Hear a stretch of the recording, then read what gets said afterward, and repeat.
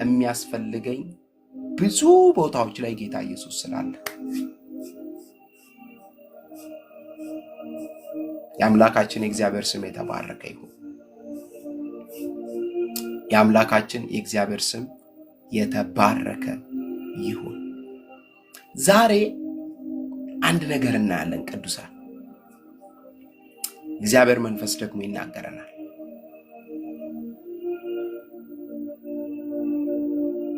ዋው!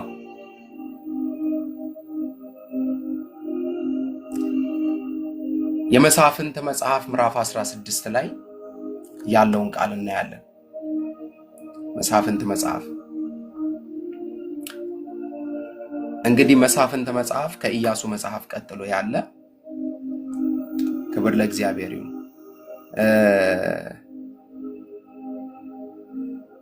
መጽሐፉን ጀነራሊ ስታዩት ትንሽዬ የመጽሐፉን መግቢያ ልበላችሁ። የእስራኤል ሕዝብ መረን የወጣበት ለእግዚአብሔር አልታዘዝም ያለበት፣ ለእግዚአብሔር አልታዘዝም በማለታቸው ደግሞ ጠላቶቻቸው እንደፈለጉ እየመጡ እነሱን የሚገዙበት ዘመን ላይ የተጻፈ መጽሐፍ ነው የመሳፍንት መጽሐፍ። እግዚአብሔር በየጊዜው ለዚህ መንገድ ስቶ ለወጣው ለእስራኤል ሕዝብ ጠላቶቻቸው መጥተው ሲማርኳቸው፣ ሲወስዷቸው ከጠላቶቻቸው እጅ እንዲታደጓቸው ሰዎችን እግዚአብሔር በየጊዜው እያስነሳ ይልካል። በዚህ የመሳፍንት መጽሐፍ ላይ በደንብ ስሙኝ እሺ ቅዱሳን። የሚያስገርመው ነገር እነዚህ ሰዎች በየምዕራፉ ሄዳችሁ ስታነቧቸው ራሱ እግዚአብሔር የጠራቸው ኃይሉን የጨመረባቸው ለራሱ ፕሮግራምና ሐሳብ የለያቸው ሰዎች ናቸው።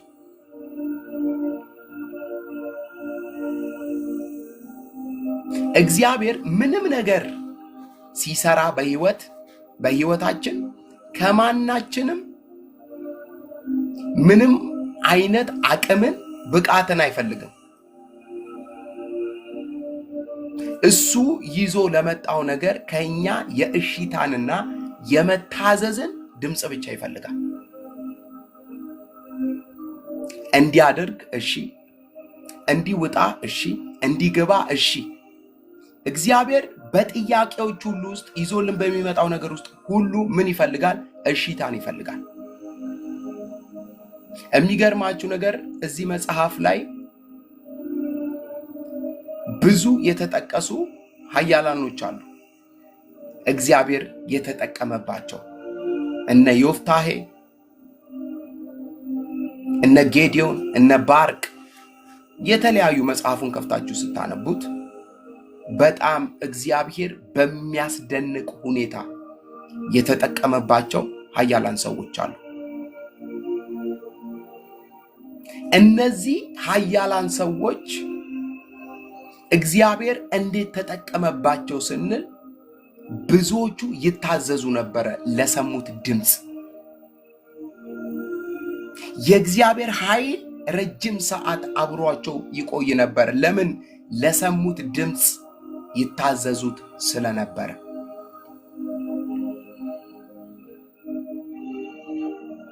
ዛሬ የእግዚአብሔርን ኃይል ከኛ ጋር ስለማቆየት ነው የምናየው። የእግዚአብሔርን አቅም፣ ጉልበትና ብርታትን በህይወታችን ላይ እንዴት ረጅም ርቀት ማስኬድ እንዳለብን ነው የምናየው። ታውቃላችሁ ስልካችሁ ላይ ያለው ባትሪ የኔ አሁን 76% ይላል። የእናንተ 8% እንዳለ አላውቅ። ክብር ለእግዚአብሔር። ስልካችሁ ላይ ያለው ባትሪ ቻርጅ ካላደረጋችሁት ኃይሉ እየወረደ እየሞተ ነው የሚመጣው። የፈለገ ውድ ቢሆን የፈለገ ብር አውጥታችሁ ብትገዙ ባትሪው ቻርጅ ካልተደረገና ኃይል ካልተጨመረለት ባዶ ነው፣ ምንም አይሰራም። ከአንድ ተራ ወረቀት አይሻልም። በእጃችሁ የያዛችሁት ስልክ ከሌላው የሚለየው ውስጡ ባለው ኃይል ነው።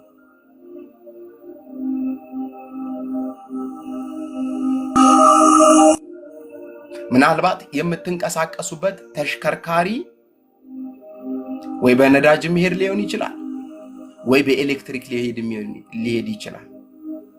እነዚህ ሁለት ነገሮች ከሌሉት ያ ተሽከርካሪ ኃይል የለውም። አንድ ክርስቲያን የተቀበለውን ኃይል ውስጡ ያለውን መለኮታዊ አቅም አስጠብቆ ካልሄደ ጠላት ወይም ደግሞ ሰይጣን ዲያብሎስ ለነገሮች እጅ ሊያሰጠው ይችላል። በዚህ በመሳፍንት መጽሐፍ ምዕራፍ 16 ላይ ስናነብ አንድ ሳምሶን ስለሚባል ሰው እናያለን። የሚያስገርመው ነገር ስለዚህ ሰው አወላለድ ምዕራፍ 13 ላይ ስንሄድ ምዕራፍ 16ን ከመንካቴ በፊት ምን ይላል? እስራኤላውያን እንደገና በእግዚአብሔር ፊት ክፉ ድርጊትን ፈጸሙ። ስለዚህ እግዚአብሔር በፍልስጤማውያን እጅ 40 ዓመት እንዲገዙ አሳልፎ ሰጣቸው። ማኑሄ የተባለ ከዳን ወገን የተወለደ አንድ የጾራ ሰው ነበር። ሚስቱም መካን ስለነበረች ይላል። በደንብ ስሙ። ሚስቱ መካን ስለነበረች ልጅ አልወለደችም። የእስራኤል ሕዝብ ኃጢአትን ሰርቷል፣ በድሏል፣ በእግዚአብሔር ፊት ክፉ ድርጊትን አድርጓል። ከዚህ የተነሳ እግዚአብሔር 40 ዓመት እንዲገዙ በፍልስጤማውያን እጅ አሳልፎ ሰጣቸው። ከዳን ወገን ግን ማኑሄ የተባለ ሰው አለ። ሚስቱም ደግሞ መካን ነበረች ይላል። የእግዚአብሔር መልአክ ለሴቲቱ ተገልጦ እንዲህ አላት፣ እነሆ አንቺ መካን ነሽ፣ ልጅም አልወለድሽም፣ ነገር ግን ትጸንሻለሽ፣ ወንድ ልጅም ትወልጃለሽ። እንግዲህ ተጠንቀቂ ሲላት እናያለን። ለምን? እቺ ሴት ፕሮግራም እየተሰጣት ነው። እቺ ሴት አደራ እየተሰጣት ነው። መልአኩ ተገልጧል።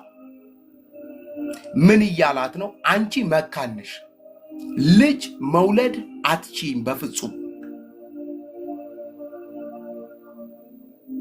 በምንም መንገድ ብትሞክሪ መካን ነሽ፣ ልጅ መውለድ አትችይም። ግን አሁን ልጅ ልትወልጂ ነው።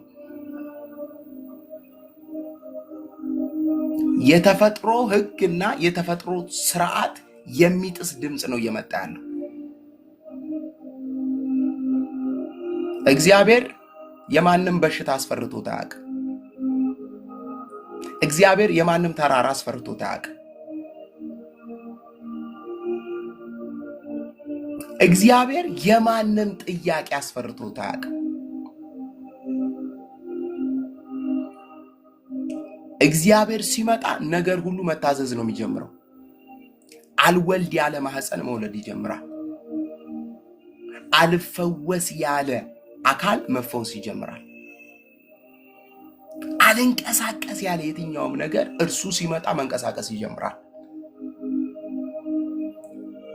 መካነሽ፣ ልጅ አልወለድሽም፣ ግን አላት ትጸንሻለሽ አላት። ኦሬዲ ቃል መውጣት ጀመረ።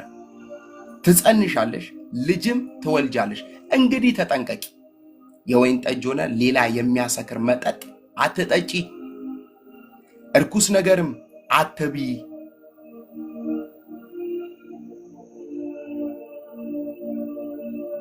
እግዚአብሔር አሁን የሚሰጥሽ ልጅ አንቺና ባልሽ ስለፈለጋችሁት አይደለም የሚመጣው።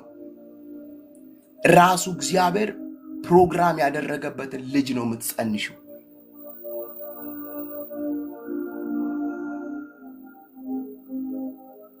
ስለዚህ የሚያሰክር ነገር እንዳትጠጪ፣ እርኩስ የሆነ ነገርም እንዳትበይ። ለምትጠጪው ነገር ተጠንቀቂ፣ ለምትበዩ ነገር ተጠንቀቂ። ለምን? የተቀበልሽው ነገር ሲሪየስ ነው በጣም ታውቃላችሁ።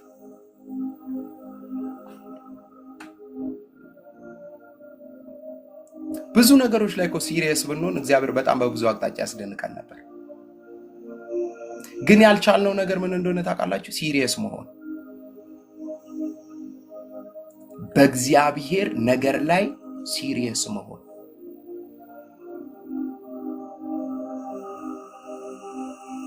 በእግዚአብሔር ነገር ላይ ሲሪየስ መሆን። መለኮታዊ ነገር ላይ ሲሪየስ መሆን።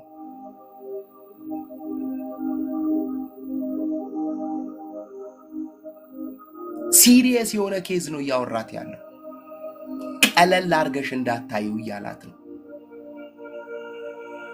የሆኑ ሰዎች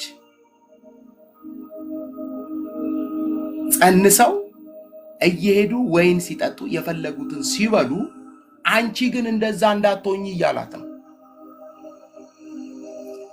ለምን? ውስጥሽ አሁን የሚጸነሰው አካል የተለየ ነው። እግዚአብሔር በፍልስጤማውያን እጅ እየተሰቃየ ያለው ኔሽን ነፃ የሚያወጣ ብላቴና ነው።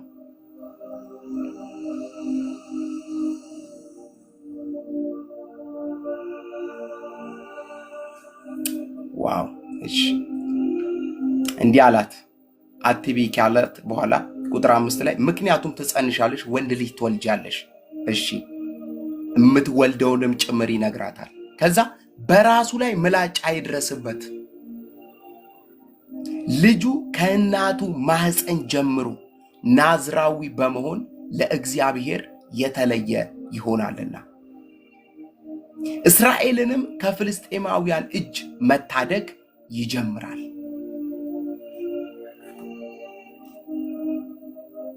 ይሄ ልጅ ካደገ በኋላ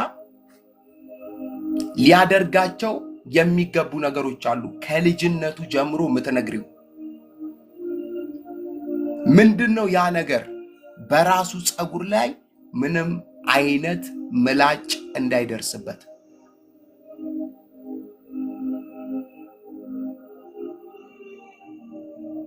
እዚህ ላይ እግዚአብሔር ፀጉሩ ላይ ያስቀመጠው ኃይል ከሌላው ይለያል።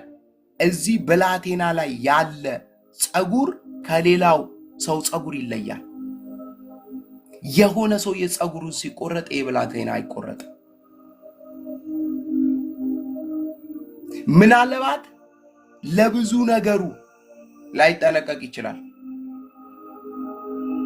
ለፀጉሩ ግን በተለየ መጠንቀቅ አለበት። የእግዚአብሔር ኪዳን ከዚህ ልጅ ከዚህ ብላቴና ጋር ያለው ፀጉሩ ላይ ነው። እጁ ላይ አይደለም፣ እግሩ ላይ አይደለም፣ ልቡ ላይ አይደለም። እግዚአብሔር ይሄን ልጅ ለኔ ናዝራዊ ነው። ናዝራዊ ማለት የተለየ ማለት ነው። የተለየ ነው ብሎ ኪዳን ሲገባለት በተለየ ኪዳን የገባው ፀጉሩ ላይ ነው። ምዕራፍ 16 ላይ ይመለሳሉ። እንግዲህ ወረድ ብለን ስናነበው መጽሐፉንም የልጁ ስም ሳምሶን ይባላል ሲወለድ። ሳምሶን መጽሐፍ ቅዱስ ላይ እግዚአብሔር በተለየ ኃይሉን ከገለጠባቸው ሰዎች መካከል አንዱ ነው። እጅግ በጣም ሱፐር ናቹራል የሚባሉ ከልዕለ ተፈጥሮ በላይ የሆኑ ነገሮች ከተገለጠባቸው ሰዎች መካከል አንዱ ሳምሶን ነው። 300 ቀበሮችን በአንድ ጊዜ የያዘ በጣም ከባድ ነው። ይኸውላችሁ በምድር ላይ በጣም ልትይዙት አስቸጋሪ የሆነ ነገር ቢኖር ቀበሮ ነው። አትይዙትም በፍጹም። እግዚአብሔር እንደማይያዙ ስለሚያውቅ እንደ ምሳሌነት ቀበሮችን ተጠቅሟል። መኃልየ መጽሐፍ ምዕራፍ 2 ላይ ስታነቡ የወይናችን እርሻ አብቧል፣ የወይናችንን እርሻ የሚያበላሹብንን እነዛን ጥቃቅን ቀበሮች ያዙልኝ ሲል ታያላችሁ እግዚአብሔር። እግዚአብሔር ካልያዛቸው በስተቀር ቀበሮች አይያዙ። የሚገርማችሁ ነገር ግን ሳምሶን 300 ቀበሮችን ይዞ ጭራቸው ላይ ነዶን አስሮ እሳትን ለኩሶ የፍልስጤማውያንን እርሻቸውን ሁሉ አጥፍቷል። አንበሳ ገሎ ከአንበሳ ሆድ ውስጥ ማርን ሲበላ የምናየው ሰው ነው ሳምሶን። በአህያ መንጋጋ ከ3000 በላይ ፍልስጤማውያንን የገደለ እስራኤላውያንን ነፃ ያወጣ የነበረ በጣም ኃያል ሰው ነው። ይሄ ሁሉ ኃይሉ ያለው ምኑ ላይ ነው? ጸጉሩ ላይ። እንደው ቸርች ቢሆን ኃይል ምኑ ጋ ነው ያለው በለው እላችሁ ነበር። ኃይልሽ ምኑ ጋ ነው ያለው? አቅምሽ ምኑ ጋ ነው ያለው?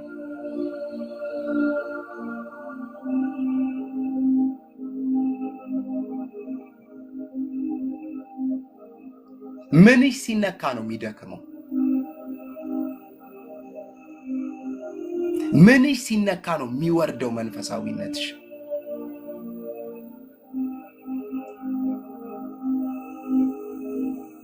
ምንሽን ሲነኩት ነው ከእግዚአብሔር ጋር ያለሽን ፕሮግራም ከእግዚአብሔር ጋር ያለሽን ግንኙነት እንድታቋርጪ ወደ ኋላ እንድታደርጊ የሚያደርግሽ ምንሽን ሲነኩት ነው። ዛሬ ያን ፓርት እንድታዩት ነው የምፈልገው።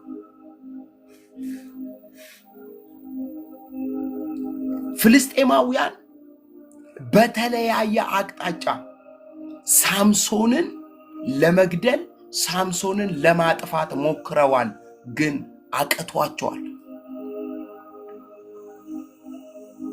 የዚህ ሰው የኃይሉ ሚስጥር ምንድን ነው?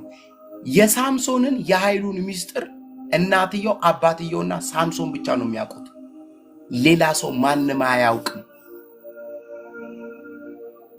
ፍልስጤማውያን ጥያቄ ውስጥ ገብተዋል። ይሄ ሰው እንደኛ ነው፣ 2 እጅ አለው፣ 2 እግር አለው፣ እንደኛ አይነት ሰው ነው፣ ግን ከሰው በተለየ እንዲሰራ የሚያደርገው ኃይሉ ምንድነው የሚል ጥያቄ ውስጥ ገብተዋል ሰዎች። አንበሳ የሚገድል ብዙ ቁጥር ያለውን ሰራዊት ብቻውን የሚገድል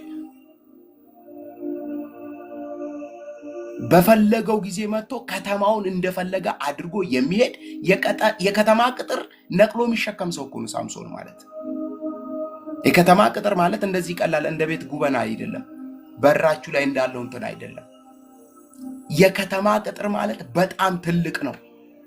ታውቃላችሁ?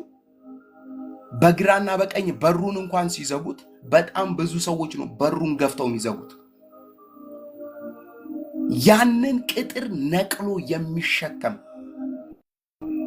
ሰው ነው፣ ኃይል አለበት። ሰውየው ብቻውን አንድ ሰራዊት ነው። አንድ ሳምሶን ብቻውን አንድ ሰራዊት ነው። ምንድነው ታዲያ የኃይሉ ሚስጥር የሚል ጥያቄ ውስጥ ገብተዋል እነዚህ ሰዎች።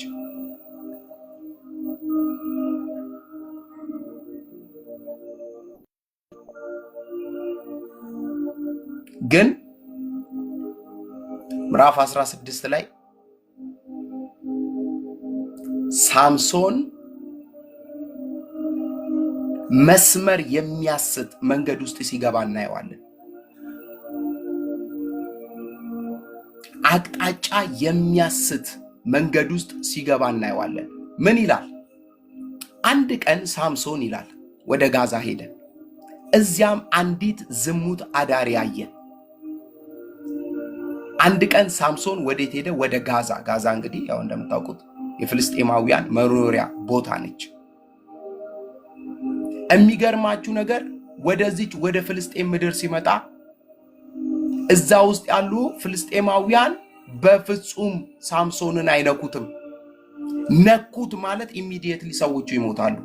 ከተማዋ ውስጥ እንደፈለገ ይገባል፣ እንደፈለገ ይወጣል።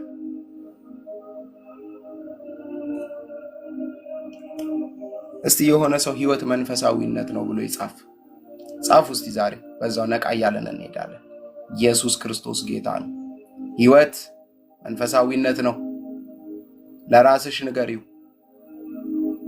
ስምሽን እየጠራሽ ጌች ህይወት መንፈሳዊነት ነው።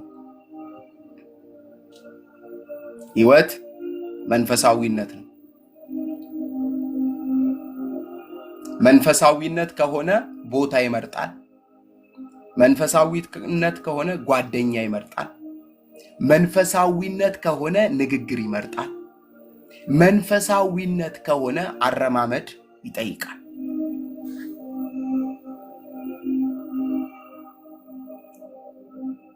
የገባህበት ህይወት የገባሽበት ህይወት ቀላል አይደለም።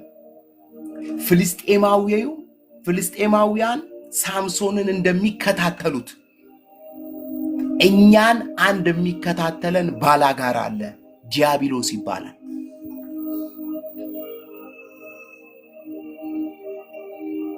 አይመስለውም። አንዳንድ ሰው አይመስለውም። ችግር የሚገጥመው የሆነ ነገር የሚያጋጥመው አንዳንድ ቦታ ላይ ቁጭ ሲል፣ አንዳንድ ቦታ ላይ ሲቆይ፣ አንዳንድ ቦታ ላይ ሲቀርብ የሆነ ቀን ህይወቱ ላይ ምንም ነገር የማይመጣ ይመስለዋል። እንዳይመስልሽ እናቴ፣ እንዳይመስልሽ። እናየዋለን ቀጥለን። መጽሐፉ ሲናገር እንደዚህ ይላል። ሳምሶን ወደ ጋዛ ሄደ።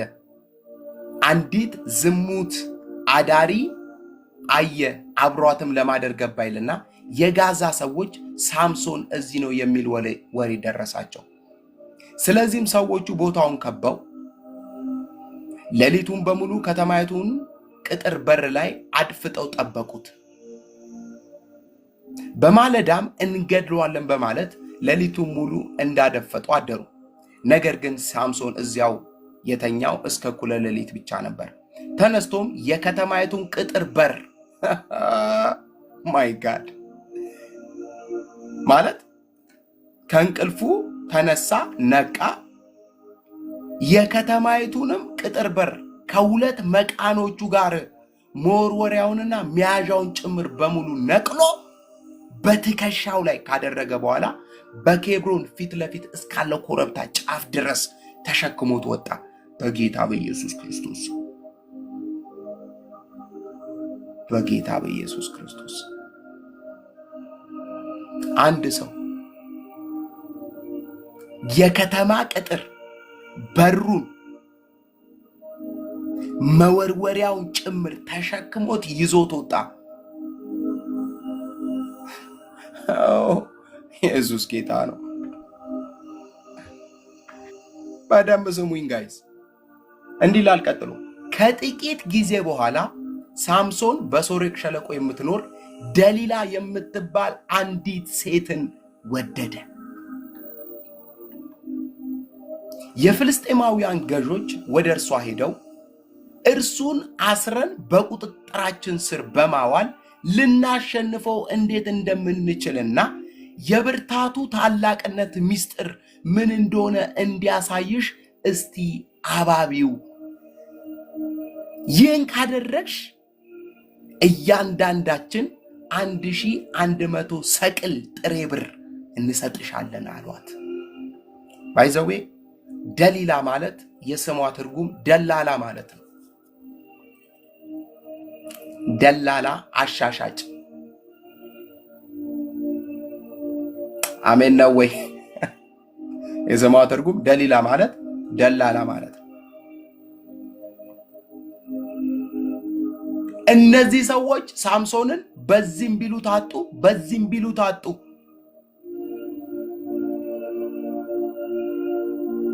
ያላቸው አማራጭ የዚህን ሰውዬ የኃይሉን ምስጢር ማወቅ ነው። አሜን ነው ወይ? ምንጩን ሶርሱን ማወቅ ነው። የኃይሉን ምስጢር፣ የአቅሙን ምስጢር፣ የጉልበቱን ምስጢር። ለምን እሱን አገኙት ማለት ሳምሶን አበቃለት። የሚከፈለውን ሁሉ እንከፍላለን፣ የሚደረገውን ሁሉ እናደርጋለን። ግን ካንቺ አንድ ነገር እንፈልጋለን። አባቢው ይኸውላችሁ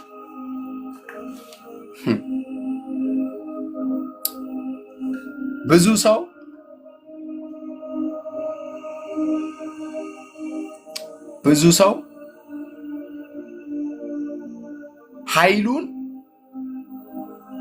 የቱ ጋር እንደጣለ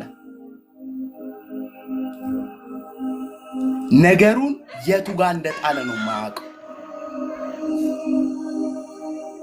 አሜን ነው።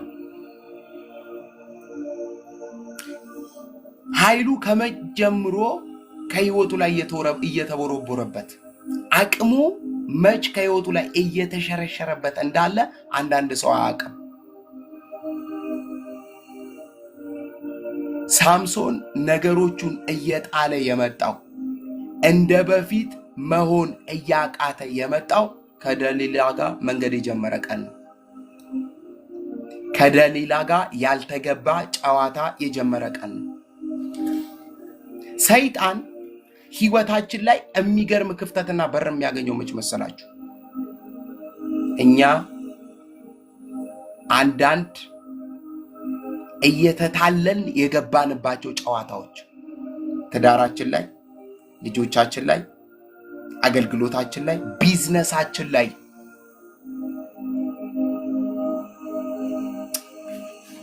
እሺ እንዲህ ልበላችሁ፣ ብዙ ሰው እከሌ አሟረተብኝ፣ እከሌ አስጠነቆለብኝ፣ እከሌ አስደገመብኝ ከሚለው በላይ ውሎውና ቆይታው ብዙ ነገሩን ያበላሸበት በጣም ብዙ ሰው አለ። ዛሬ መልእክት ብዙ ሰው ቢሰማኝ ደስ ይለኝ ነበር። ጥሯቸው። በእውነት በጣም ብዙ ሰዎች መስማት አለባቸው።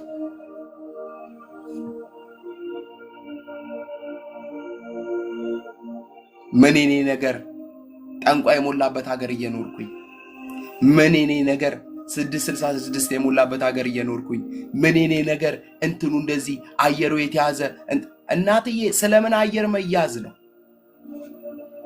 አንቺ ጋር ያለው አቅም፣ አንቺ ጋር ያለው ኃይል ስላልተረዳሹ ነው። እንሄድበታለን።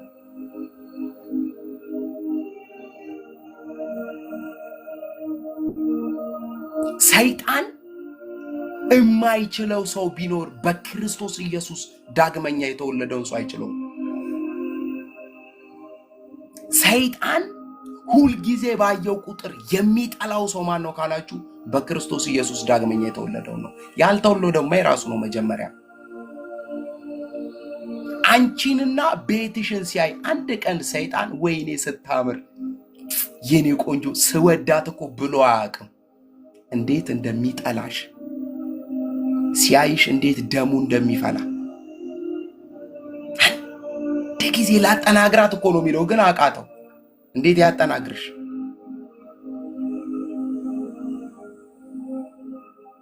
ጨርቅሽን ጥለሽ ከነ ልጆችሽ አብደሽ ቢያይሽ ሰይጣን በጣም ደስታው ነው። ታዲያ ለምን ያ ነገር ሊሆንለት አልቻለም? አንቺ ጋር ኃይል አለ።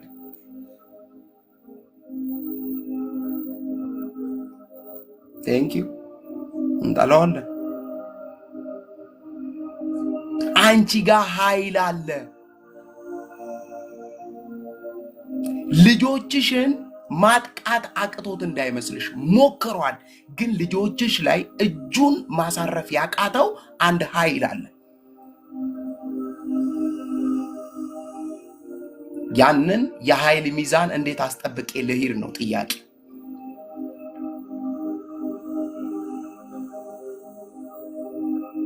ሳምሶንን ኃይሉን ለማስጣል ፍልስጤማውያን ደሊላ የምትባል በር አገኙ።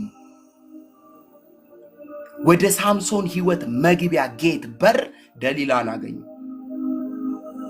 ይሄ ለፍልስጤማውያን እጅግ በጣም የሚገርም እድል ነው። እድሉን ማባከን አልፈለጉም። የሚከፈለው ነገር ባይኖር ምንም ነገር ሊሆን ይችላል፣ እንከፍላለን። ግን የዚህን ሰውዬ የኃይሉን ሚስጥር ብቻ ንገሪን። ካንቺ የምንፈልገው እሱም ብቻ ነው።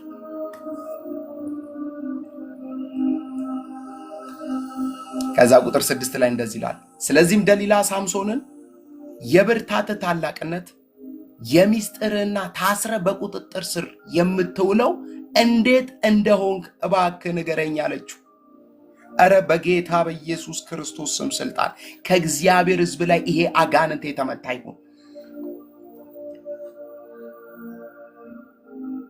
ይህ አባባይ አታላይ በነፈስ በጌታ በኢየሱስ ስም የተመታ ይሁን። በጌታ በኢየሱስ ክርስቶስ ስም ስልጣን። አያችሁ ጥያቄዋ ስፒሪቷ ባይዘዊ ደሊላ ሞታለች። ስፒሪቱ ዛሬም ይሰራል። ደሊላ ላይ እየሰራ ያለው አጋንንት ነው። ወይኔ ደሊላ ምን አይነት ሴት ነች አትበይ። ደሊላ ላይ ስፒሪት ነው እየሰራባት ያለው። ስፒሪቱ ዛሬም ይሰራል። የደሊላ ስፒሪት ምንድነው? ማድከም።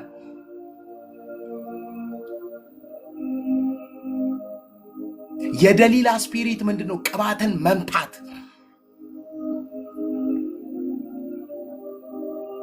የደሊላ ስፒሪት ምንድነው? እግዚአብሔር የመረጣቸውን ማጥመድ፣ ወጥመድ ውስጥ ማስገባት።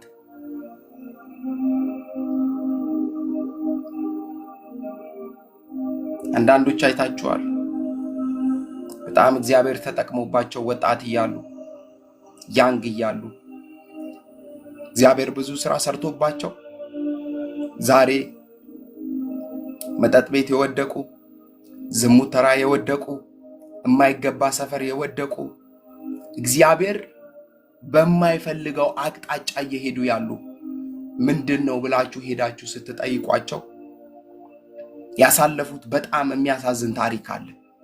ሰይጣን እንዴት ነጥብ እንዳስጣላቸው፣ ማንን ወደ ህይወታቸው አስገብቶ ያንን ኃይላቸውን እንደነጠቃቸው ይነግሯቸዋል ብትጠይቋቸው።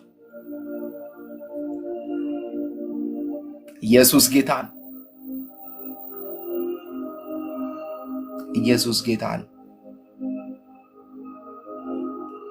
እባክህን በቁጥጥር ስር የምትውለው እንዴት ነው? የኃይልን ሚስጥር ንገረኝ። ሳምሶንም ማንም ባልደረቁ 7 እርጥብ ጠፍሮች ቢያስረኝ እንደ ማንኛውም ሰው ደካማ እሆናለሁ። አሁን ጨዋታ ጀመረ።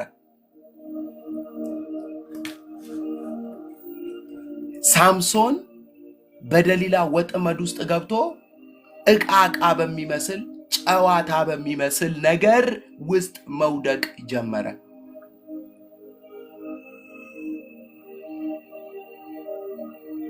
ምን አንቺ ሁል ጊዜ አላበዛሽው? ምን ጸሎት ያስፈልጋል? አንዳንዴም እኮ ወጣ ብለሽ ፈታ በይ። አንዳንድ ሰዎች ሁላችሁ ውሏችሁን ቼክ አርጉ። ውሎሽን ቼክ አርጊ። ውሎሽን ቼክ አርጊ። ውሏችንን ቼክ እናርግ። በእኛ ሀገር አንድ አባባል አለ፣ ከአህያ ጋር የዋለች ጊደር ይባላል። እናንተ ጨርሱት። ከአህያ ጋር የዋለች ጊደር ወተት ስትታለብ ዋለች አይል።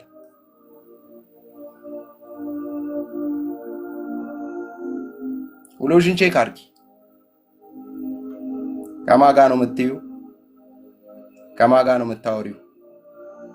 የማንን ምን ነገር እየሰማሽ ነው ስስቂ የምትዩ? ምን እያደመጥሽ ነው የምትዩ? የኃይልሽ ሚስጥር ያለው እዛ ውስጥ ነው።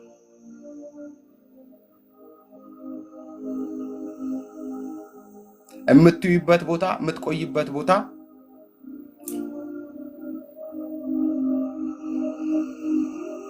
ወይ ኃይሉን እንዳጣ ባትሪ ትሆኛለሽ፣ ወይ ኢነርጂውን እንደሚሞላ ባትሪ ትሆኛለሽ። አንዳንድ ሰዎች ይጣበቁብንና እኛም ተጣብቀንባቸው እንደ መዥገር ይመጡናል። ታውቃላችሁ ለምን መሰለሽ? መወሰን አቅቶሽ እምቢ ብለሽ እግዚአብሔር ቢሰጥሽም ከነሱ ጋር ጊዜ ስለምታጠፊ።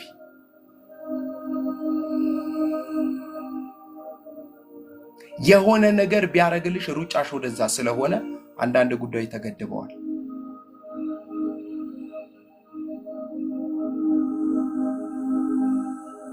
ታውቃለህ የመጀመሪያ ደረጃው ጠላታችን ውሏችን ነው። የመጀመሪያ ደረጃ በረከታችን ውሏችን ነው። ዳዊት መዝሙረኛው ሲናገር እንደዚህ አለ አይደል? ወደ እግዚአብሔር ቤት እንሂድ ባሉኝ ጊዜ ደስ አለኝ አለ። ኢየሱስ ክርስቶስ ጌታ ነው። ወደ እግዚአብሔር ቤት እንሂድ ባሉኝ ጊዜ ደስ አለኝ። ለምን? ሲሄድ ሰውየው ኢምፓወር ሆኖ ነው የሚመጣው፣ ኃይል ተሞልቶ ነው የሚመጣው። ጎልያድ ፊት ቆሞ እኮ ያስፎከረው ቆይታው ነው። ይሄ ያልተገረዘ ሸለፈታ፣ በዚህም ባልተገረዘ ሸለፈታዊ ምክንያት የማንም ሰው ልብ እንዳይወድቅ። ንጉሶይ ይሄን ጉዳይ ነው ጨርሰዋለሁ። ኢየሱስ ክርስቶስ ጌታ ነው። ኢየሱስ ክርስቶስ ጌታ ነው። ታውቃለህ፣ ከእግዚአብሔር ጋር የቆየ ሰው ለአገር በረከት ነው፣ ለቤተሰቡ መፍትሄ ነው። ቀንበር ሲያሰብር አይኖርም፣ እሱ ራሱ ቀንበር ይሰብራል።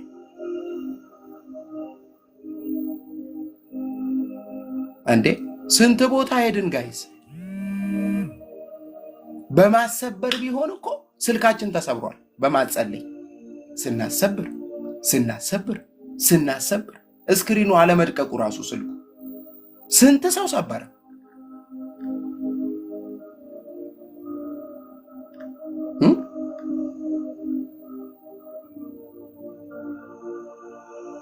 ስንት ሰው የአያት ሲለን፣ የአጎት ሲል፣ የአክስት ሲል የማይጠራብን የመናፍስት አይነት የለም። ባይዘዌ የአይደንቲቲ ችግር ነው። ሰይጣን ሰርቆሽ ነው። አንቺ ላይ የሚሰራ እርግማን፣ አንቺ ላይ የሚሰራ ቀንበር፣ አንድ ቀንበር ነው ያለብሽ፣ እሱም የኢየሱስ ቀንበር ነው። ሌላ ምንም አይነት ቀንበር የለብሽ። የአያትሽ ጨሌ የለም። እንደዚህ አይነት ታሪክ የለም ባይብል ላይ። አዲስ ኪዳን ላይ በክርስቶስ ኢየሱስ አዲስ ፍጥረት ሆነሻል ነው የሚለው። አዲስ ፍጥረት ማለት አዲስ ኒው ብራንድ 00 ገና የተወለደ ልጅ ምንድን ነው ያለበት? ምንም የለበት እንዴ። አሁንም የወለደችውን ልጅ ቀንበር አለብህ ብትለው እሱ ይስቃል እያለች ነው መስቀው እንጂ ቀንበር ብትያት አይገባት። በጌታ በኢየሱስ ስም ስራት አለብሽ ማለት አይገባትም።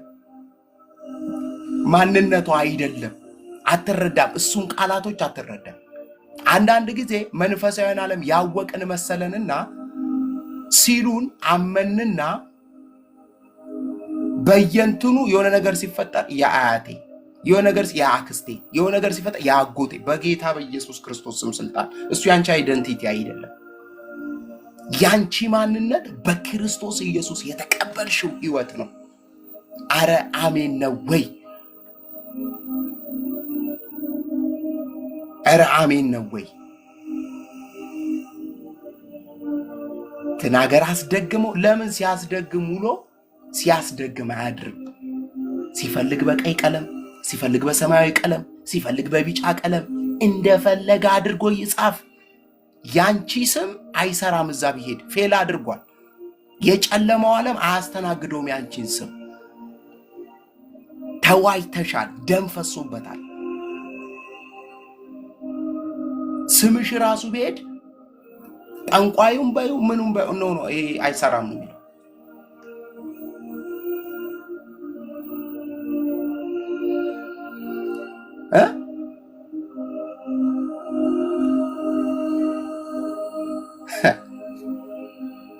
አይገርም? አሁን የቢል ጌትን ልጅ ጠርታችሁት በጌታ በኢየሱስ ስም ሀብታም ትሆናለህ። ምንድነው ሀብታም ትሆናለህ? ምን ነው የቢል ጌትን ልጅ ኦሬዲ ሀብታም ነው ልጁ። በቃ ሲወለድ በመወለድ ነው ሀብታም የሆነው። ሰርቶ ነው? ላጉን ጠባ አድርጎ ነው? ድንጋይ ተሸክሞ ነው? ፎቅ ላይ ወጥቶ ነው? አይደለም። በመወለድ ሀብታም ሆኗል። አንቺም በመወለድ ከእግዚአብሔር በክርስቶስ ሁሉ ነገር ሆኖልሻል። ፈውስ ያንቺ ነው። በረከት ያንቺ ነው። ነፃነት ያንቺ ነው። ክርስቶስ በሰጠሽ ህይወት ኢንጆይ ማድረግ ያንቺ ነው። የሆነ ሰው አይደለም የሚፈቅድልሽ። በጌታ በኢየሱስ ክርስቶስ ስም ስልጣን ፈቀድንላት። ዋት ለምን ነው ይፈቅድልሽ? ምንድነው የምታስፈቅጂው?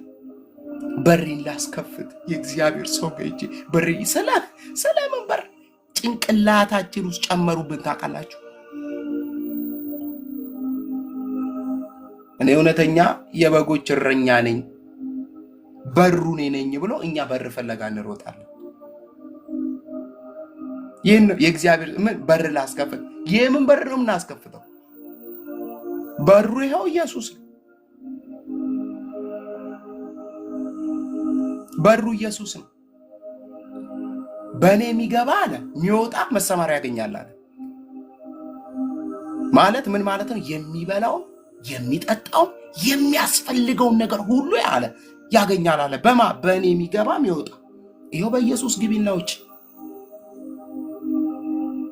ልጆችሽን ይዘሽ በዛ በር ግቢ፣ በዛ በር ውጪ። ከዛስ መሰማሪያ ታገኛለሽ።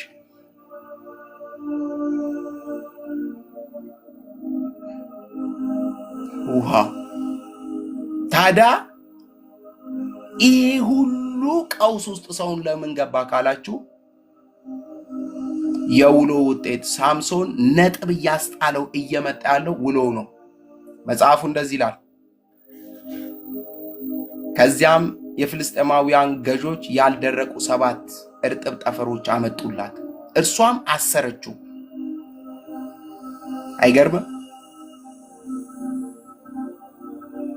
በእነዚህ በእርጥብ ጠፍሮች ማሰሪያ ነው እንግዲህ ጠፍር ማለት እንደ ገመድ አይነት ነገር ነው። በጣም ጠንካራ ነው። ቢያስሩኝ ኃይሌ ያኔ ይቀንሳል ሲላት አመጣችና አሰረችው። ሰዎቹም በጓዳ ውስጥ ተደብቀው ነበር። እርሷም ሳምሶን ፍልስጤማውያን መጡብህ አለችው። ሳምሶን ግን ፈትል እሳት ሲነካው እንደሚበጣጠስ ጠፍሮቹን በቀላሉ በጣጠሳቸው። ስለ ብርታቱ ሚስጥር ምን እንደሆነ ሊታወቅ አልቻለም። ደሊላ ሳምሶንን አሞኝተኸኛል፣ ዋሽተኸኛል፣ እባክህ አሁንም አንተ እንዴት አንተን ማሰር እንደሚቻለኝ ንገረኝ አለችው።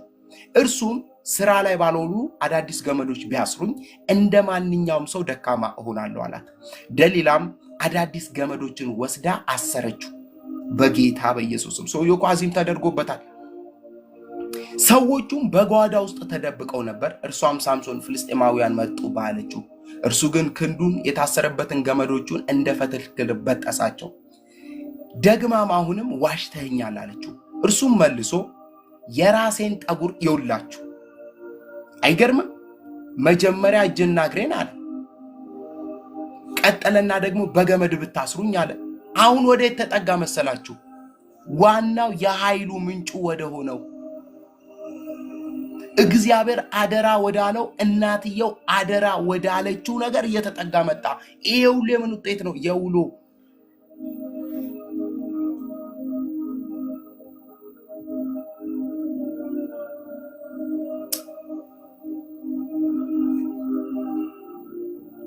የሆኑ ሰዎችን አንወሻሽ።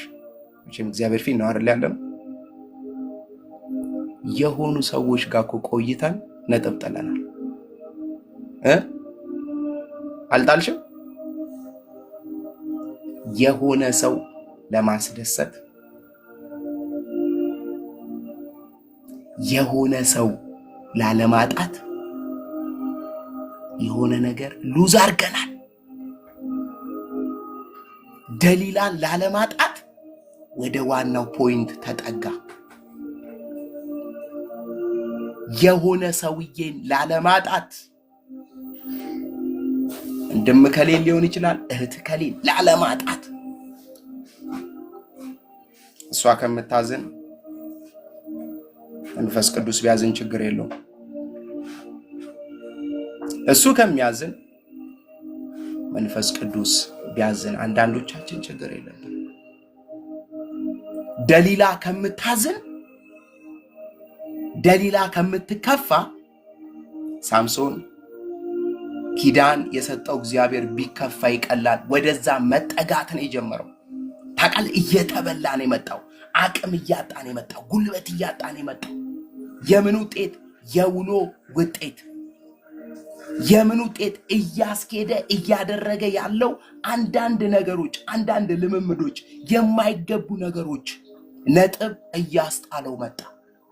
ታውቃላችሁ፣ መወሰን አቃተው። ሳምሶን እምቢ ማለት አቃተው።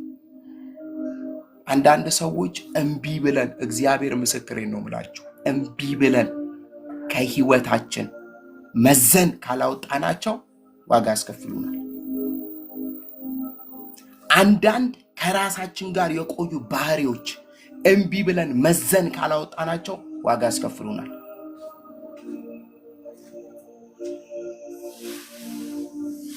እኔ ይሄ ማንነቴ ነው የሚባል ጨዋታ የለም። ማንነትሽ አንቺ በክርስቶስ ኢየሱስ የተቀበልሽው ነው። እኔ እኮ አንዴ ካቆሰሉ ይቅርታ ማድረግ እኔ ይከብደኛል። እሱ የክርስቶስ ባህሪ አይደለም፣ እሱ ያንቺ ባህሪ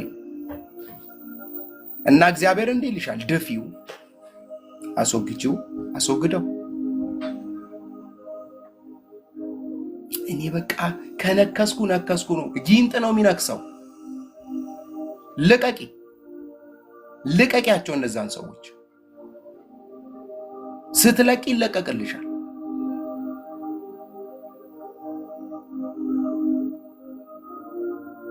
እኔ እኮ በቃ አንዳንድ ሰው በእውነት እኔ አይጉዱኝ ከጎዱኝ እኮ በቃ ምና እናቴ፣ እንደዛ አይደለም፣ እንደዛ አይደለም፣ እንደዛ አይደለም።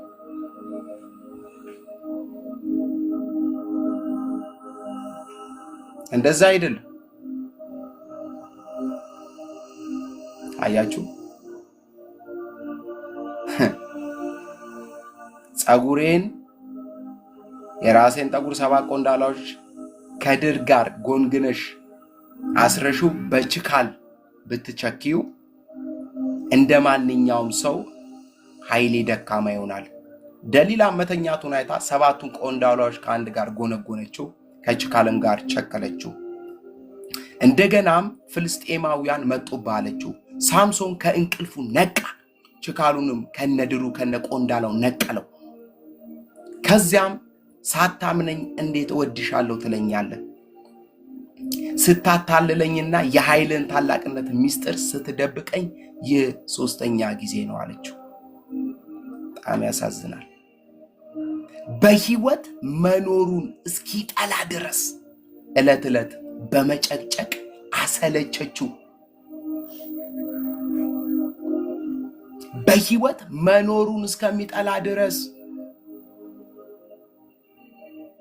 ዕለት ዕለት በመጨቅጨቅ አሰለቸችው።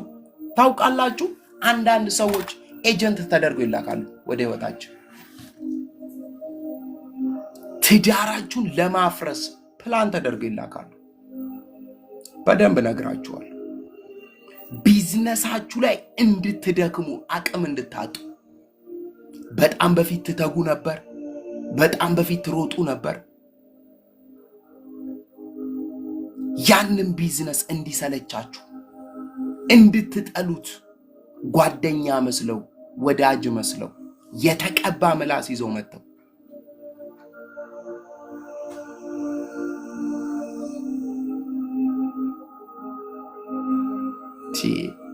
እናትዬ ዘመናዊነት ነው። አሜሪካን ሀገር ነው የምትኖሪው፣ ሁሉ ነገር ነፃነት ነው። ባልሽ እንትን ቢል ኧረ ምናምን በይው ካለችሽ እግዚአብሔር ምስክሬን ነው የምልሽ፣ አጋንንት ተጠናውቷታል። እሷ አጸልይላት ስሟን ይዘሽ። ለባልሽ ሰሚት አቱኝ። ነፃነት ሀገር ላይ ነህና ሚስትህን እንደፈለግ አድርጋት ብሎ የሚመክር ወዳጅ ካለ እሱ አጋንንት አለበት። ቸርች ከምትሄድ እቤት ብትውል ይሻልሃል የሚል ወዳጅ ካለ እሱ አጋንንት አለበት።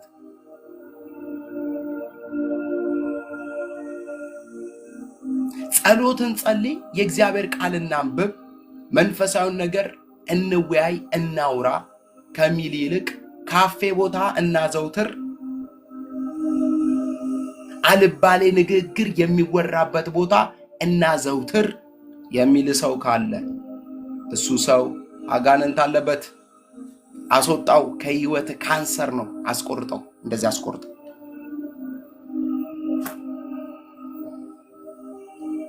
አየ ሳምሶን ዋናውን ፖይንት ደሊላ እስከምታገኝ ድረስ ህይወቱን እስከሚጠላ ትጨቀጨቀው ነበር።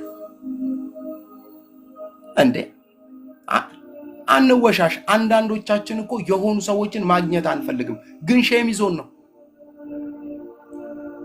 ሼም እነሱ ህይወታችን ላይ ከመጡ በኋላ ብዙ ድርቀቶች ሆነዋል።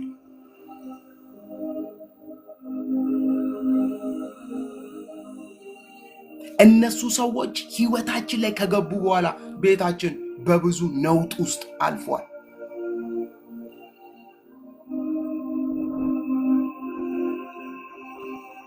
ሳምሶን መወሰን አቃተው። ታውቃላችሁ?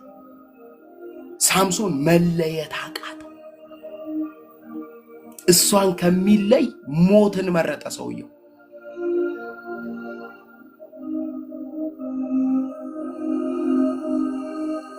እኔ እኮ ውለታዋ ይዞኝ ነው። አረ ውለታዋ ይዞሽ ነው? አይ እኔ እኮ በጣም ጓደኝነቷ ይዞኝ ነው እኮ። እንደ ሳምሶን ሞትሽን እስከምትመኝ ማለት ነው። ቤትሽ ተነቅሎ እስከሚፈርስ ማለት ነው። ገደል ውስጥ እያየሽ እስከምትገቢ ማለት ነው። እየወሰንሻለሽ ባይዘዌ ልክ ህይወታችን ፌል ማድረግ ሲጀምር፣ በደንብ ስሙኝ እና አይዋለን። ልክ ህይወታችን ፌል ማድረግ ሲጀምር፣ ቢዝነሳችን ፌል ማድረግ ሲጀምር፣ ህይወታችን መፈረካከስ ሲጀምር የመጀመሪያ ደረጃ የሚስቁት እንደዚህ እንደ ደሊላ ህይወታችን ላይ የተጣበቁት ሰዎች ናቸው። አንቺን አስቀምጣ ስልክ ደውላ ታማለች። እግዚአብሔር ምስክሬን ነው የምልሽ። ሰማሽ ብላ ትደውላለች።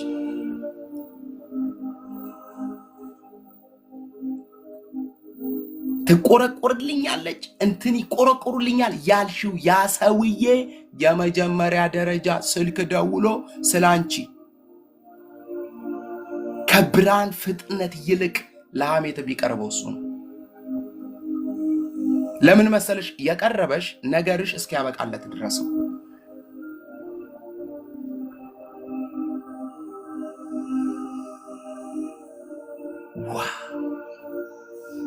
ቁጥር 17 ላይ ግን በጣም ነው ልቤን የነካኝ ቅድም ሳነብ። ስለዚህ ይላል፣ አይገርምም? ስለጨቀጨቀችው ለዘመናት የተደበቀ ሚስጥር፣ ዋጋ የተከፈለበት ጉዳይ፣ እግዚአብሔር አደራ ያለበትን ፋይል ሳምሶን ከልቡ አወጣው።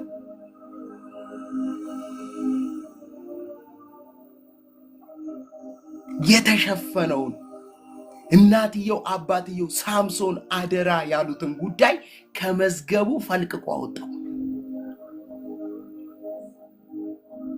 ስለዚህ ሁሉንም ነገራት ይላል ቁጥር 17። አቤት አቤት አቤት!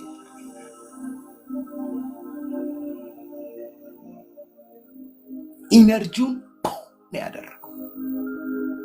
አፈነዳው። እንደ ኒውክሊየር አውጥቶ ነው ያፈነዳው ሰውዬው። ስለዚህ ሁሉንም ነገር ነገራት። እንዲህም አለ፣ ከተወለድኩ ጀምሮ ናዝራዊ በመሆን ወይኔ ጌታ ኢየሱስ ለእግዚአብሔር የተለየው ስለሆንኩ ራሴን ምላጭ ነክቶት አያውቅ። የራሴ ጠጉር ቢላጭ ግን ኃይሌ ተለይቶኝ እንደ ማንኛውም ሰው ደካማ እሆናለሁ። የእሷ ግብ እስከዚህ ድረስ ነበር።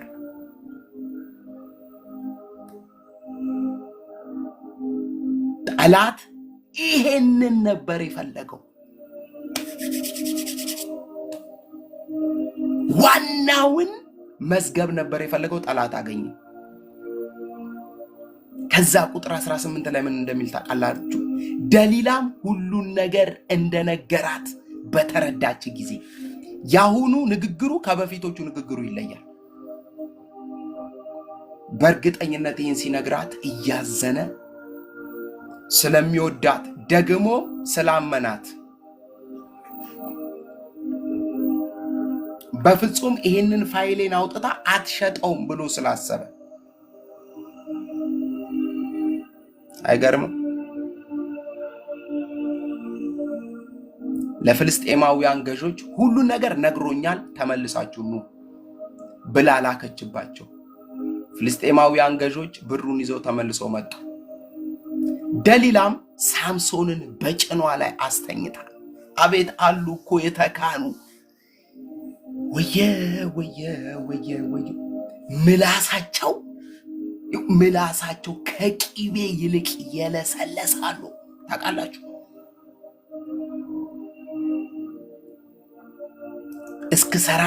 እስከሰራላት ብለው ታውቃላችሁ?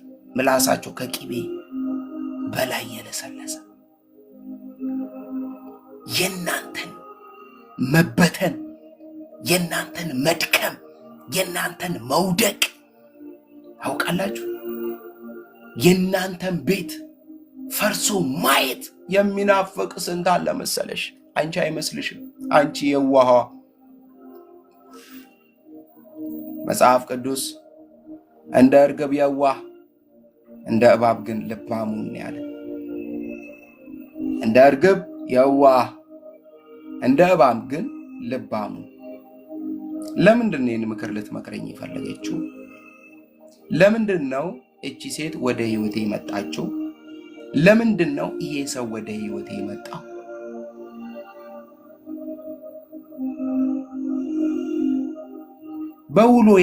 በውሏችን ተጠቅመናል ወይስ ከስረናል? እሱ ወደ ህይወቴ ከገቡ በኋላ አትርፍ ያለው ከስር ያለው ብሎ ራስን መገምገም። ቼክ ዮር ሰልፍ። ራስሽን ቼክ አድርጊ። ተናግረናል። እዚህ ቤት የምንማረው ህይወት ለዋጭ ትምህርት ነው። ህይወታችንን የሚለውጥ ትምህርት ነው የምንማረው። ትንቢት መጣልኝ ምናምን ብለን ብቻ አይደለም የምንሄደው። ረገጥ አድርገን ህይወትንም ተምረን ነው የምንሄደው። ቼክ። ስራ ቦታ የምታገኛቸውን ሰዎች ቼክ። ብዙ ጊዜ የምለው ነገር አለ። የልብ መዝገብ ለማንም አይከፈትም። የትዳር ሚስጥር ለማንም አይወራ። የቢዝነስ እቅድ ለማንም አይወራ። ያላችሁ ሳንቲም፣ አቅም፣ ፕላናችሁ ለማንም አይወራ። ብዙ ሰው በማውራት ጠፍቷል። እንደ ሳምሶን ገና ነገሩ እጅሽ እኮ አልገባም። አንቺ አውርተሽው ጨርሰሻል። እነሱ ነገሩን ለማበላሸት በጓሮ ፈጥነዋል። ከዛ አንቺ ዞረሽ የሆነ እግዚአብሔር ሰው ጋር ጭንገፋ አስቸገረኝ ብለሽ ታጸልያለሽ። ምንጩ ምን እንደሆነ ታውቃለሽ? ምንጩ አንቺ ነሽ። ምንጩ ጠላት አይደለም። አንቺ አውርተሽ አትቺማ፣ አንችልም። ዚፕ የሚባል ነገር አለ። እኛ በቃ እንደምንም ዚፓን ዘግተናት እዚች በጥግ በኩልም ቢሆን እናወራታለን። ወቀኙኝ ብለን በዚች ጋር እናወራታለን። ሚስጥራ አንችልም። እህቶች ደግሞ አንችልም። በቃ የሆነ ነገራችንን ሰዎች እንዲያቀለን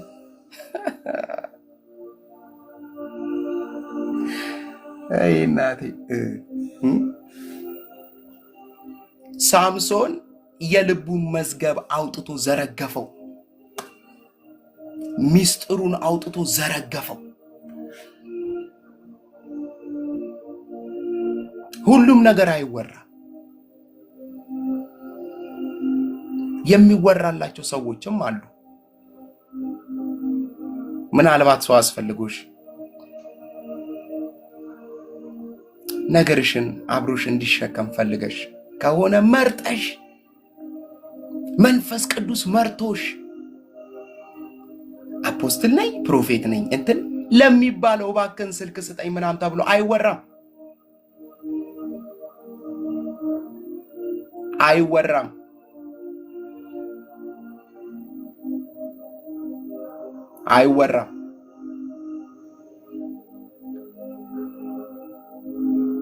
ከሱ በላይ ቅርብሽ የሆነ እግዚአብሔር አለ። ከሱ በላይ አጠገብሽ የሆነ እግዚአብሔር አለ። አንዳንዶቻችን እኮ ለእግዚአብሔር ከምናወራው ይልቅ ለሰው ብናወራው ነው የሚቀለው። የሚቀለው ግን ለእግዚአብሔር ማውራት ነው።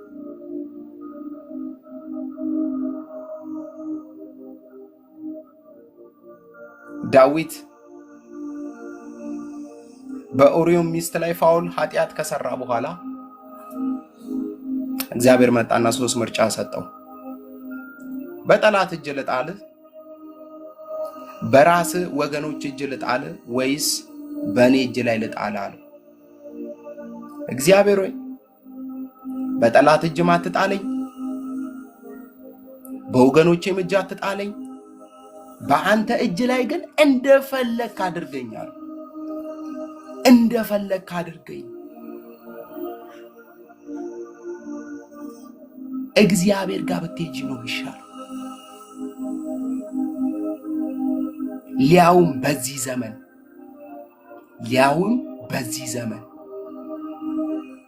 የሆነ ነገር ሀፕን ያድርግ፣ ከሷ ጋር የሆነ ነገር ሀፕን ያድርግ፣ ያወራሽላትን ሚስጥር በጠቅላላ አደባባይ ላይ የምናወጣበት ዘመን ላይ ነው ያለነው። አሜን ነው ወይ? ያወራሽላትን ሚስጥር ልክ ስትጣሉ፣ ልክ ስትጋጩ ይወጣል ፋይል።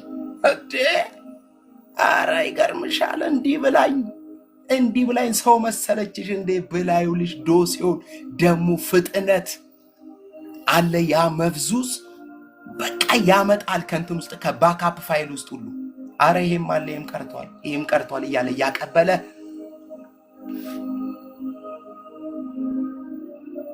ለምን መሰለሽ አሁን ነገር እንዳይሰላም ሆኖ የቀጠረው ስላልተነካካችሁ። ስትነካኩ ይወጣል።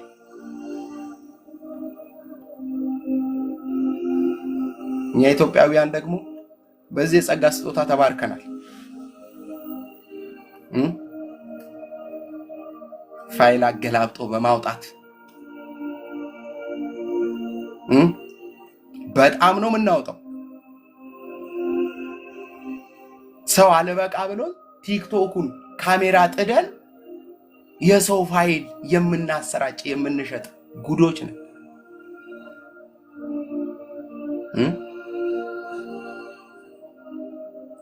አያችሁ፣ የሳምሶን ውድቀቱ ልብ ውስጥ ያለውን የተቀመጠውን የኃይሉን ሚስጥር አወጣና ነገራት። እሷም ሁሉን ነገር እንደነገራት አውቃ ተዘጋጅታችሁ ነው፣ ብሩን ይዛችሁ ነው። ሰውየውን ኦሬዲ አግኝቼዋለሁ፣ ውስጡ ገብቼ በልቼዋለሁ ያለውን ነገር። ስለዚህ መምጣት ትችላላችሁ። ደሊላም ሳምሶንን በጭኗ ላይ አስተኝታ እንቅልፍ እንዲወስደው ካደረገች በኋላ አንድ ሰው ጠርታ 7ቱን የጠጉር ቆንዳላዎች አስላጨቻቸው። እሷም ታስጨንቀው ጀመር፣ ኃይሉም ተለየው ይላል መጽሐፍ ቅዱስ። ታውቃላችሁ፣ ይኸውላችሁ የእግዚአብሔር ኃይል ህይወታችን ላይ መጥቶ ሲሰራ እናውቃለን። ጥሎን ሲሄድ ግን አናውቀው። ኃይሉ ሲንቀሳቀስብን እናውቃለን። ኃይሉ እንደ በፊት ከኛ ጋር ሳይሆን ሲቀር ግን አናውቀው። መች መሰላችሁ እሱ የሚገባን ነገሩ ላይ ስንመጣ። እንደ በፊት መሆን ሲያምረን ያቀተናል።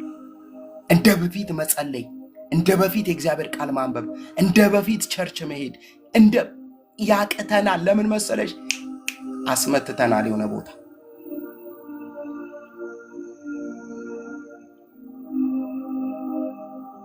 እርሷን ታስጨንቀው ነበር፣ ኃይልም ተለየው ይልና እርሷን ሳምሶን ፍልስጤማውያን መጡብህ አለችው። ሳምሶንም ከእንቅልፉ ነቅቶ እንደ ወትሮ አደርጋለሁ አለ። ነገር ግን እግዚአብሔር እንደተወው አላወቀም ነበር ይላል። ሳምሶን ከእንቅልፉ ነቅቶ እንደወትሮ አደርጋለሁ አለ። ነገር ግን እግዚአብሔር እንደተወው አላወቀም ነበር። ከዚያም ፍልስጤማውያን ያዙት፣ አውጥተውም ወደ ጋዛ ይዘውት ወረዱ። ያንን ኃያል ሰው የከተማዋን ቅጥር ነቅሎ ይዞ ይሄድ የነበረ ሰው፣ 3000 ሰዎችን በአህያ መንጋጋ ይገድል የነበረ ሰው፣ አንበሳን እንደ ቀልድ ይዞ ያጠፋ የነበረ ሰው የሆኑ ሰዎች ግራና ቀኝ መጡና ያዙት። ከዛስ ወደ ጋዛ እግዚአብሔር ሕዝቤን ነፃ ታወጣልኛለህ ወዳለው ምድር ይዘውት ሄዱ። ከዛስ በናስ ሰንሰለት አስረው እስር ቤት ውስጥ እህል እንዲፈጭ አደረጉት። አይኖቹንም አወጡት። አሜን ነው ወይ?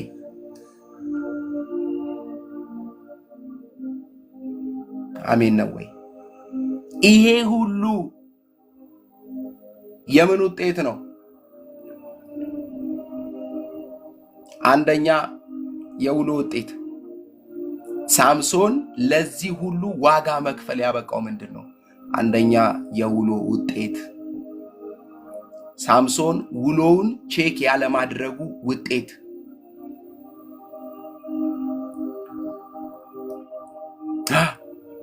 ቴንኪ ሮዝዬ። ብዙ ሰው እንደዚህ ስብከት አይወድ። የሚያድነው ግን ሰውየውን ይሄ ነው። የሚፈውሰው ሰውየው ይሄን ነው። አንዳንድ ሰው በጣም የሚያሳዝነው ፓርት ምን እንደሆነ ታውቃላችሁ? ለሱ የሚሆነው ስብከት አለ። እግዚአብሔር ሳይሆን የሚያወራው መጽሐፉን ውበት ለተመልካቹ ነው እንደሚባለው መጽሐፉን እሱ በሚፈልገው አውድ መስማት ነው የሚፈልገው። እንደዛ የሚባል ታሪክ የለም።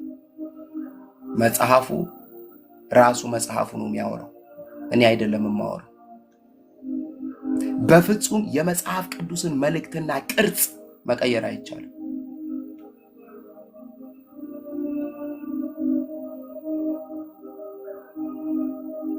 አይደለ? ኢየሱስም ይዟቸው በባህር ላይ ተሻገረ። ትሻገራለህ ወዴት? አንድ እግዚአብሔር ሰው እንዳለ የኢትዮጵያ ሕዝብ ባህር ዳርቻ ነው እንዲያለው አለ። አንድ ጊዜ ምን ነው እግዚአብሔር ሰው ሲሏቸው ትሻገራለህ ነው። ሰው ሁሉ ባህር ዳርቻ ጋር ነው ያለው። መች ነው ተሻግሮ እዛም ያልፉት አለ። እኛን ተቸገረን አለ። ርዕስ እንዳንቀይር ባህሩ ጋር ነን። ጧት ትሻገራል፣ ከሰዓት ትሻገር።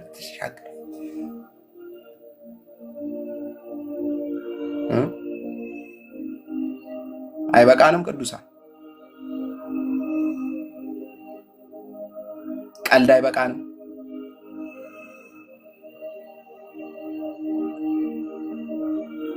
መቀላለድ አይበቃም?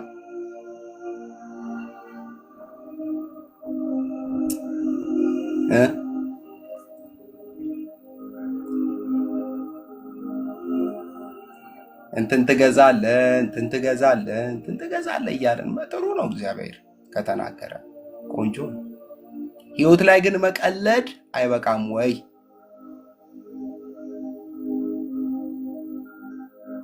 እቤታችን ያንን ኃይል ብናቆዩ አይሻልም ወይ?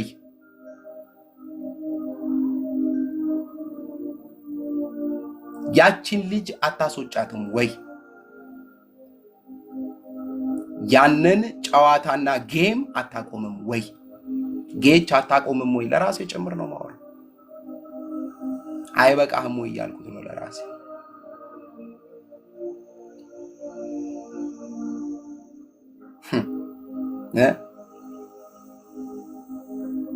ጓዳችንን አሳይተን መኝታ ክፍላችን አስገብተን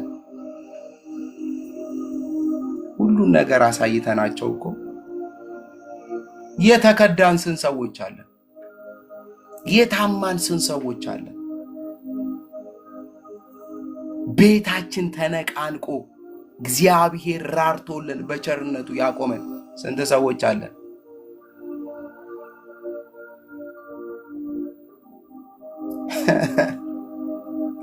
አንድ ሰው የጠፋ የት እየዋልክ ነው ምናምን አልኩትና አረነ እንትና ጋር ምናምን አለኝ። በስማ በቃ ደስ ሲሉ ምናምን ደስ ኧረ እባክህ። አዎ ኦኬ ናይስ ቀጥል። ተመችቶሃል? የተመቸው ይመስላል እንጂ አልተመቸው። እኔን አይደለም የሚዋሸው ሊናውን ነው የሚዋሸው። በፍጹም አልተመቸውም። ለምን መሰላችሁ? ሰዎቹ የሚመቹ አይደሉም። እሱ ለአይምሮ ነግሮት ነው ይመቻሉ ብሎ ለራሱ ሰብኮት ነግሮት ነው። ግን አይመቹም ሰዎቹ። መጽሐፍ ቅዱስ ሲናገር ብርሃን ከጨለማ ምንም አይነት ህብረት የለውም።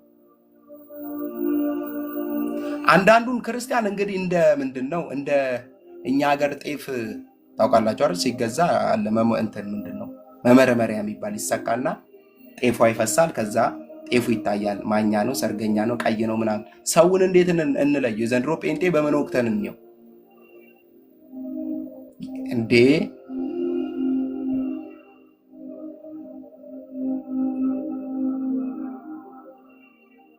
እኔ አሁን ያመነውን ያስቸግረን እኛ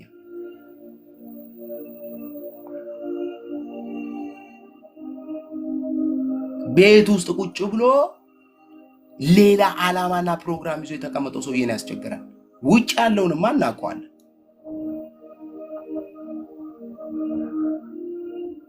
እኛ እኮ እያፌዙብን፣ እየቀለዱብን፣ እያንቋሸሹን አብረናቸው የምንውል ሰዎች ነን።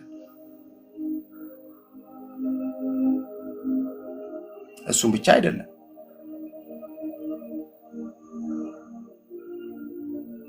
ቸርች የመሄድ ሃፒታይታችንን የሚገድል ሰው አጠገባችን ቁጭ ብሎ አብረነው እንቆያለን።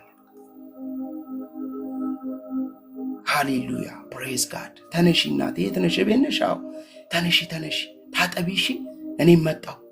ምን እያደረግሽ ነው? በቃ ቸርች እንሄዳለን፣ ጥሩ ፕሮግራም አለ ዛሬ አትልሽም? ቸርች እኔ እንጃ ቸርች አልሄድም እና ቲክቶክ እስቲ ልክፈት ነስቲ ዛ እግዚአብሔር ራሱ ከሰማይ ኧረ ምን ጉድ ናቸው ነው የሚለው።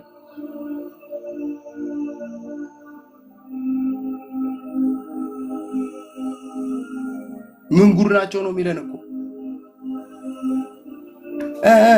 እንትና ጋር እንደውል አትደውይ እናትዬ፣ የሰራይ ጌታ እግዚአብሔር ጋር ደውል። ወደኔ ደውል ነው ያለው ኤርሚያስ 33 ላይ አንብቢ። ወደኔ ጩው፣ የክርስቲያን ስልክ ቁጥር። እኔም እሰማሃለሁ፣ አንተም የማታውቀውን አዲስን ነገር አደርግልሃለሁ። ወደኔ ጩህ፣ አስጩህ አላለም። ጩህ።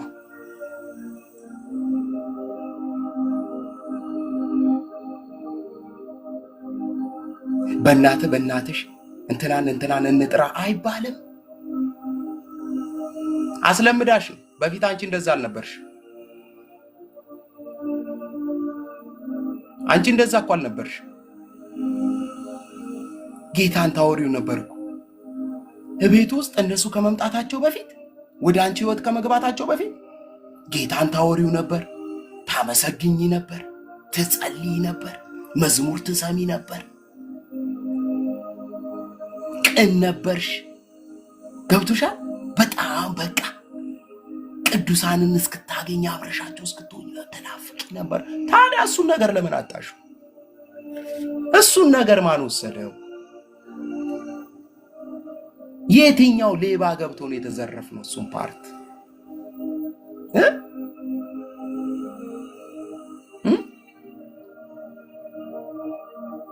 ባለቤትሽ ሲመጣ፣ ባለቤትህ ስትመጣ የምታወራው የእግዚአብሔር ቃል የእግዚአብሔርን ሐሳብ ነበር። ልጆችን ቁጭ አድርገ አብረሻቸው ታመልኪ ነበር፣ ትዘምሪ ነበር፣ የእግዚአብሔር ቃል ታነቢላቸው ነበር፣ ታስጠኛቸው ነበር። ታዲያ እሱን ማን ያስጣለሽ? ቼክ ማን ያስጣለሽ?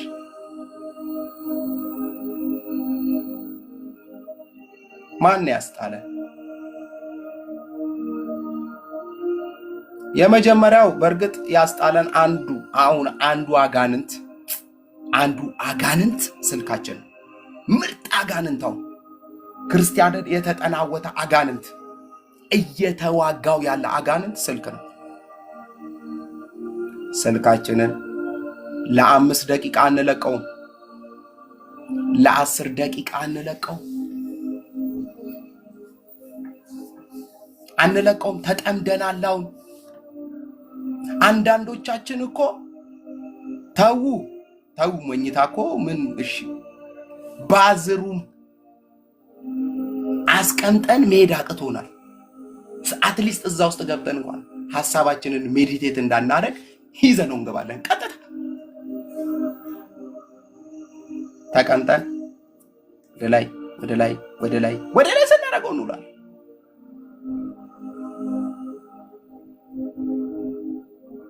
የመጀመሪያ ውሏችንን ከሰረቀው አንዱ ስልክ ነው። የያሽው ስልክ በገዛ ብርሽ አውጥተሽ ገዝተሽ ያስገባሽው ስልክ። አንድ ጊዜ አስታውሳለሁ ወደ ቲክቶክ ዓለም ከመምጣቴ በፊት እኔ ቲክቶክን ብዙም አልነበርኩም። ወደዚህ አገልግሎት እንዲስመጣ ነው በጣም ኮሚትድ የሆንኩት እና አንድ ጊዜ ስልኬ ስቃይና በላይ ጸሎት የለ የእግዚአብሔር ቃል የለ ማለት ከ100% 80%ን እሱ ወሰደው። 20% ብቻ የምትሆን ነገርን የቀረችኝ ሳየው እየደከምኩ የቸርች ፍቅር እየቀነሰ ቅዱሳንን የማግኘት ፍቅር እየቀነሰ አገልግሎት ላይ ማርፈድ ከዛም እንዳደረኩ ታውቃላችሁ። በእውነት ነው የምላችሁ፣ በእውነት ያንን ስልክ ሲሙን አወጣሁትና ቁም ሳጥን ውስጥ አስቀመጥኩትና ጠጠር ስልክ ያስኩኝ። ጠጠር ስልክ ጢጢጢጢ ትላለች። ሄለው ላለው የነ እዚህ ነኝ ሰላም ናችሁ ዘጋለው። ኪሴ ውስጥ ሰላሜን አገኘው። ሰላሜን ከዛ ውጭስ ቁጭ ብዬ የእግዚአብሔርን ቃል ሜዲቴት አደርጋለሁ፣ እዘምራለሁ። እሺ አንወሻሽ። ብዙዎቻችን እኮ በፊት የምናውቃቸው መዝሙሮች አሁን ስንኞቻቸው ከአፋችን ውስጥ ጠፍተውብናል። በፊት እያንዳንዱን ቃል በስነ ስርዓት የምንዘምር ሰዎች አሁን ብለን ነው የምንዘምራቸው። ቃሎቹን ሁሉ ረስተናል። ለምን? ይኸውላችሁ ብሬኖሽ እየተደረግን ነው። አይምሮአችን እየታጠበ ነው። ሳያመልጥሽ የእንትናን ዘፈን እኮ ሜዲቴት እያደረግን ነው።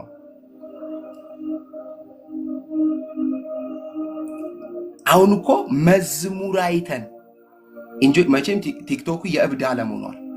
መዝሙር አይተን ስብከት አይተን ስንቶቻችን ዩቲዩብ ውስጥ እየገባን ረጅም ርቀት ያላቸው ቪዲዮዎች ማየት አቅሙ አለን።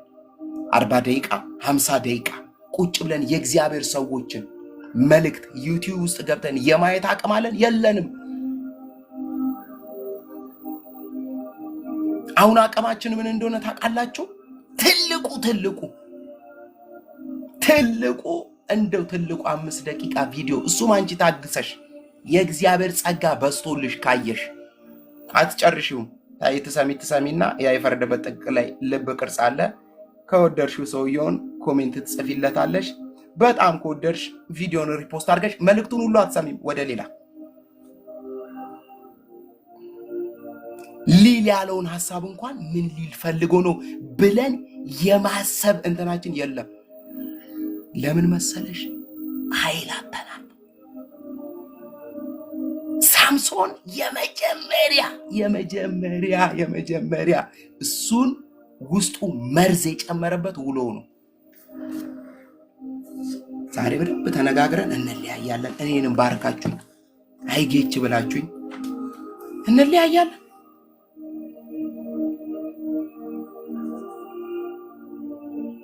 ውሎ ቆይታው ታውቃላችሁ እንደ መርዝ እየገደለው ነበር ሳምሶን። ሌላ ሁለተኛ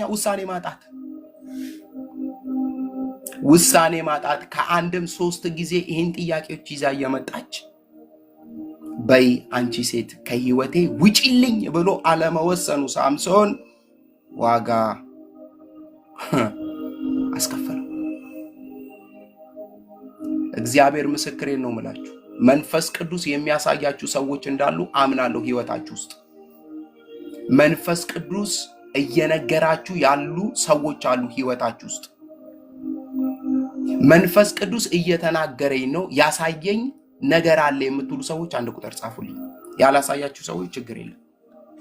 በውሎ አቅጣጫ ህይወታችሁ ውስጥ በገቡ ሰዎች አቅጣጫ አንድ ቁጥር ጻፉልኝ። ለእኔ አይደለም የምጽፉት። አንድ ቁጥር ስትጽፉ ለመንፈስ ቅዱስ ነው እየነገራችሁ ያላችሁት። ጻፉ። እኔም ጽፌያለሁ። ይኸው አንድ ቁጥር ጻፊ። ያሳየሽ ሰው ካለ በጊዜ ጻፊ ጻፊ ጻፊ። አንዳንዱ እንዲህ ነው የሚወጣው።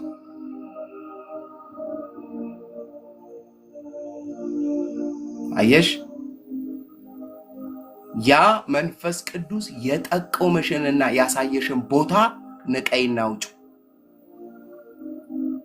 ለመወሰን ቀናቶች አትፍጂ፣ ቀናቶች እንዳትፈጅ።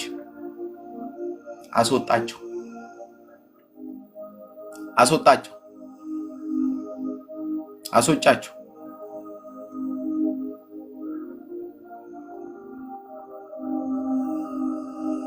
ውሳኔ ባይዘዌ እግዚአብሔር ሉዓላዊ አምላክ ነው። በማናችንም ውሳኔ ላይ አይገባም። ሰውን እግዚአብሔር ሲፈጥረው ሉዓላዊ አድርጎ ነው የፈጠረው።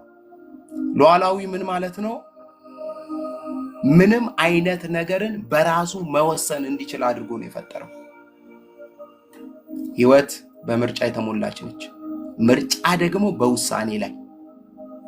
ሳምሶን ምርጫ ነበረው። እምቢ የማለት ምርጫ ነበረው። በቃ እምቢ አልፈልግም የማለት ምርጫ ነበረው።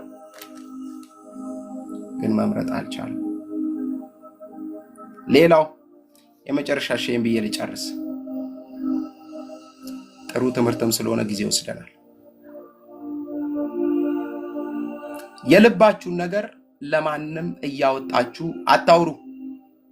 ስለገዛሽው ነገር፣ ባልሽ ስለገዛልሽ ነገር፣ ለሚስት ስላደረክላት ነገር፣ ስለተቀጠርክበት ስራ፣ ስለተሳካለ ቢዝነስ አታውራ፣ አታውሪ። አይደለም ጓደኛዬ ነች አታውሪ። እስቲ ሙጪ አታውሪና በቃ አታውሪ፣ አታውራ፣ አታውሪ። በቃ እንዴ አታውሪ ከተባለ አታውሪ። ሳምሶን ባያወራ ሀገር ሰላም ነበር፣ እርሱም ሰላም ነበረ። የመጨረሻ አይኑ የመውጣቱ ምክንያት በሰንሰለት ታስሮ ወፍጮ ፈጪ የመሆኑ ምክንያት ማውራቱ። እንዳታውሩ። ባይዘዌ ሰይጣን እዚህ ውስጥ ያለውን አያውቅም። ልባችሁ ውስጥ ያለውን አያውቅም ሰይጣን። እሱ ኦልማይቲ አይደለም፣ እግዚአብሔር ብቻ ነው ሁሉን አዋቂ። እሱ ፍጡር ነው። እሱ የሚያውቀው መች መሰላችሁ? ከአፋችሁ እስኪወጣ ድረስ ነው። ከዚህች እስክትወጣ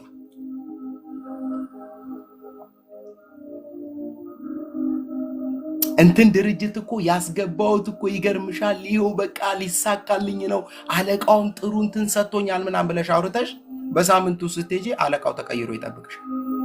በጌታ በኢየሱስ ስም እስክትሄጂ ድረስ እንዲህ በቀደም እንዲህ ብሎኛል ነበር። አወራሽ ምን አለ እጅሽ እስኪገባ ብትታገሽ። ሄዳ አጋንንቱ ሰውየው ጭንቅላት ውስጥ ገብቶ ገና ስታያት ገና ስትመለከታት እንደዚህ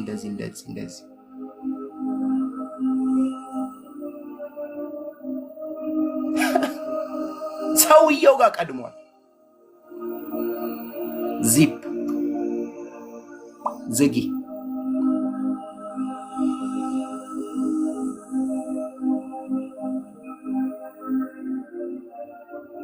ሌላ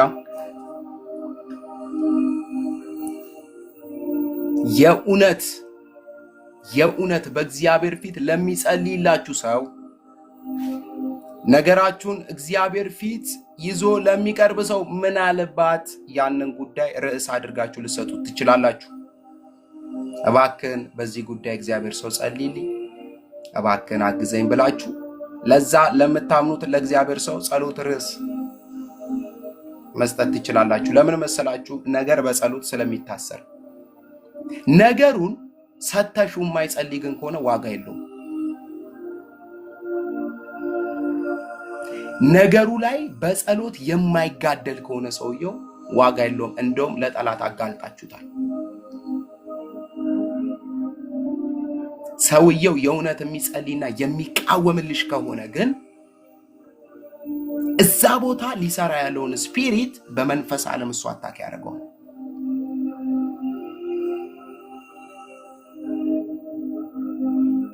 ክብር ለእግዚአብሔር ይሁን። ኢየሱስ ክርስቶስ ጌታ ነው። ኢየሱስ ክርስቶስ ጌታ ነው። መንፈስ ቅዱስ ከበቂ በላይ የተናገረን ይመስለኛል። እኔም ሰዓት ወስጃለሁ። ውስጤ ያለውን መልእክትና ጩኸት ማውጣት ስለፈለኩኝ ነው። ብዙዎችም እንደተፈወሳችሁ አምናለሁ። ሳምሶን ውሎ ውሳኔና ውስጥ ያለውን ነገር ባለመጠበቁ የተነሳ ዋጋ ከፍሏል። እግዚአብሔር ግን ዛሬ አንድ ነገር አለን። በጥቅሉ ውሏችሁን፣ ውሳኔያችሁንና በልባችሁ ውስጥ ያለውን ነገር ተጠንቀቁለት። ምሳሌ መጽሐፍ ላይ ጻድቅ ልቡን ከጽድቅ ቢመልስ ከመንገዱ ፍሬ ይጠግባል ተብሎ እንደተጻፈ ነገራችን ያለው እርምጃችን ላይ ነው።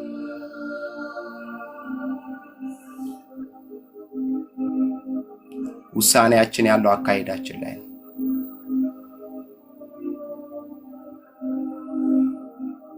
በቃ ኦኬ። እኔ ባይዘዌ